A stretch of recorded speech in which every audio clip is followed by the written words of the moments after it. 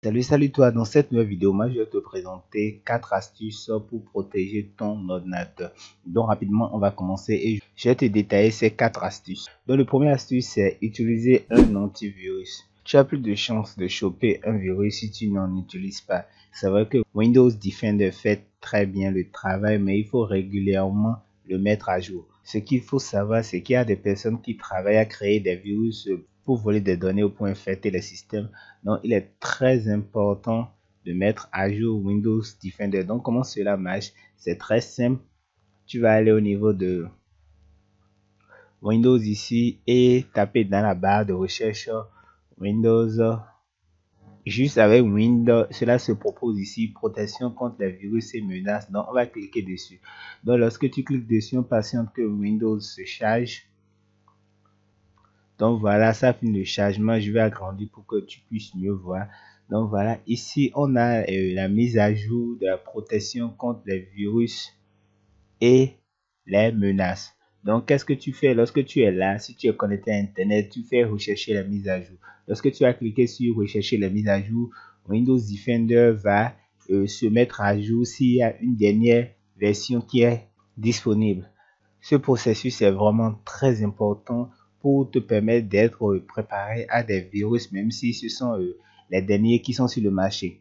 Donc, en plus d'avoir Windows Defender, il est très important d'avoir un autre antivirus. J'ai fait une vidéo sur les 5 antivirus à utiliser en 2022. Si tu n'as pas suivi ça, je te prie d'aller checker ça doit quelque part en haut ici. Si tu ne trouves pas ça là, juste en bas de la vidéo, tu cliques sur l'icône du geek et là tu auras accès à toutes nos vidéos. Tu pourras rechercher les 5 antivirus qu'il faut utiliser. Là, tu pourras choisir parmi les antivirus que j'ai proposé celui qui te plaît pour pouvoir épauler Windows Defender et protéger ton ordinateur. Là, maintenant, on va passer à la deuxième astuce. Il s'agit d'activer son pare-feu. Si tu ne sais pas ce que c'est qu'un pare-feu, c'est un logiciel ou un matériel qui permet de faire respecter la politique de sécurité d'un réseau. Donc, il est très important de l'activer. Et pour l'activer, c'est très simple. Je vais te montrer comment faire. Tu vas juste au niveau de ton panneau de configuration. Donc, comment accéder au panneau de configuration? C'est très simple. Tu vas dans la barre de recherche et tu tapes PA2N. Donc, une fois que tu tapes PA2N, voilà, lui-même se propose et tu vas cliquer dessus tout simplement. Donc, je vais cliquer dessus. Donc, une fois que c'est fait, tu as cliqué dessus. Voilà, tu es redirigé vers ici. Une fois que tu es là, qu'est-ce que tu fais? Tu vas au niveau de système et sécurité. Voilà. Et là, tu cherches pare-feu Windows Defender. Donc, c'est ça qui est ici. On va cliquer dessus. Lorsque tu cliques dessus, tu es ici et tu vois que l'état de mon pare-feu Windows Defender est activé. Si ce n'est pas le cas chez toi, c'est désactivé. Il est impératif de l'activer. Donc, comment le faire? Tu vas aller à gauche ici. Je vais agrandir ça pour que tu puisses mieux voir. Donc, voilà, activer ou désactiver le pare-feu Windows Defender. Donc, on va cliquer dessus.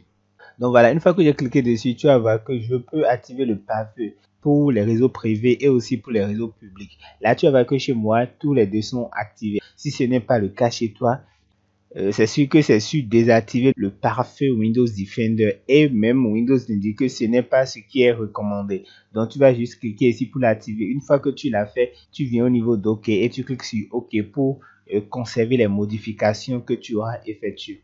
Le pare-feu demeure un obstacle très efficace à des tentatives d'intrusion extérieure. Avant de continuer cette vidéo, moi je te prie de t'abonner si c'est ta première fois, d'activer la cloche de notification pour ne pas manquer nos prochaines vidéos. Ici c'est la chaîne du geek où chaque jour on publie une nouvelle astuce et de nouvelles shorts. Donc rapidement on va continuer passer à la troisième astuce que je voulais te montrer. Il s'agit de mettre à jour les logiciels. Et pour ce faire, on aura recours à Windows Update. Pourquoi il est important de mettre à jour ces logiciels? Parce que ces logiciels subissent régulièrement des mises à jour correctives pour déjouer les nouvelles failles de sécurité qu'ils pourraient avoir. Donc, si tu ne fais pas, tu seras sujet à de faciles intrusions par des virus. Donc, comment mettre à jour ces logiciels? C'est très simple, je vais te montrer rapidement comment cela marche. Tu vas aller au niveau de la barre de recherche. Oui, on aura toujours recours à la barre de recherche pour trouver rapidement les choses sur Windows. Donc là, tu vas taper Windows. Voilà. et c'est quelque part ici. Une fois que j'ai déjà tapé Windows, ça se propose ici, c'est Windows Update. Donc, on va cliquer dessus. Donc Windows Update, c'est utilisé pour mettre à jour Windows. Donc patiente que Windows se charge pour que je te montre comment cela marche. Donc là, tu vas voir que chez moi, ça me fait une dernière vérification hier et me dit que je suis à jour. Chez toi, tu n'es pas à jour. Qu'est-ce que tu vas faire? Tu vas cliquer sur rechercher dans les mises à jour. Là, Windows se chargera de rechercher les nouvelles mises à jour de tel logiciel afin de te protéger contre les dernières versions de virus qui pourraient t'infecter. Maintenant, on va passer à la quatrième astuce. Il s'agit d'utiliser des mots de passe sérieux. Qu'est-ce que j'appelle mot de passe sérieux? C'est lorsque tu veux aller sur un site où tu veux conserver des données vraiment sensibles. Il faut utiliser des mots de passe vraiment, mais vraiment sécurisés.